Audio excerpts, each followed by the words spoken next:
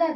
सगळ्या समाजाला वैतागून जगद्गुरु तुकाराम महाराज संतांना शरण जातात.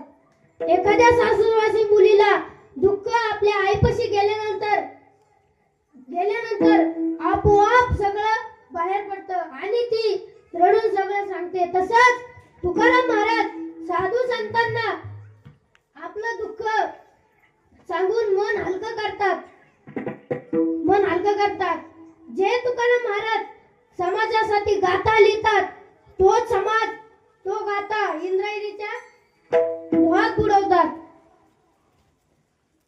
तुकाराम महाराजांनी समाजाला नामस्मरण करण्यासाठी समाजाच्या पाया पडतात. तोच समाज तुकाराम महाराजांना काट्याच्या काडीनं मारतो. तोच समाज तुकोबरायांच्या अंगावर गरम उकळतं पाणी ओततो.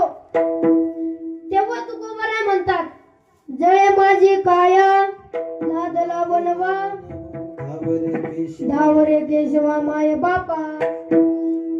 महाराज सगळ्या समाजाला चांगले